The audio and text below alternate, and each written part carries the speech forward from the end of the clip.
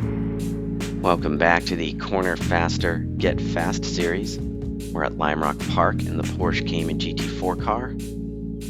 And we're in the middle of 50 laps to get up to speed using the iRacing simulator. This video is all about getting back on the throttle, especially to control rotation, accelerate the car, and reach wide open throttle in each corner. Previously, we learned the layout, how to look ahead with purpose, use the whole track surface, drive at the limit of grip. We worked out gear selection, the shape we're going to take to reach corner, getting on the brakes, and most recently, how to get off the brakes to control rotation into each corner. Now that we're actually carrying a bit of momentum and turning the car off the brake, initiating a bit of coasting where the car is rotating as we wait to achieve the ideal exit angle before getting back on the throttle. That's where we pick up in this video. So coming out of Big Bend, applying the throttle from mid-corner to wide open throttle coming out of the second apex. A brief period of throttle into the apex for left-hander, getting back on the throttle from partial throttle onto the Paul Newman straight out of the right-hander at the apex and up the uphill into the apex and through West Bend, and then finally just after the track flattens out and into the apex after a lift into the downhill. All right, as we head out on track, we're gonna focus on how we get on the pedal as well as the phase of pedal application through each corner.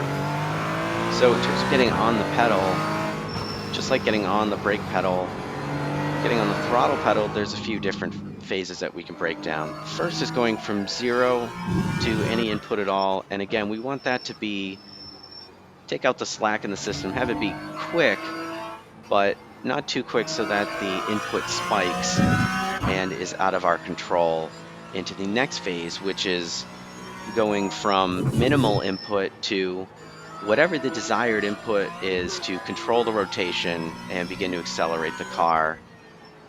And then finally, obviously, reaching wide open throttle.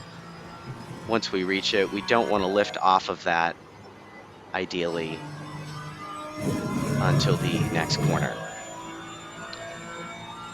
So then we're going to take a look at the phases in each corner of throttle application. And the first is to control rotation off the brake. So we're actually coasting here in a big bend and then going from 0 to partial throttle and back to full throttle. And all that is to control the rotation, but especially that initial throttle input. When you first touch the throttle, that is going to have the biggest impact really on the rest of the acceleration and rotation through the corner. The next phase is going to be, the next thing to look at, I should say, is when are we getting actually to wide open throttle. So, for example, in the downhill, we definitely want to be back on the throttle before the end of the apex curve, but I carried too much speed into that corner and had to lift off. So that's an opportunity to work on. Similarly, you can take a look at the middle phase, and what I'm talking about is in between the initial throttle and when we finally can commit to wide open throttle. Working that out and getting to a consistent amount of partial throttle is definitely an opportunity. And then getting to slightly more and more partial throttle, assuming we're maintaining the same wide open throttle point, that can lead to just slightly more momentum and speed carried onto the straightaways. So this stage definitely requires a bit of experimentation, and there's really no right answer of getting back on the throttle, especially since it's determined by how we get off the brake, and after that, we're essentially going for a ride. So you can try to use these tips and incorporate them into working on getting back on the throttle at Lime Rock Park. Stick around for the next video where we work out how to get in and out of steering wheel input. How do we actually turn the wheel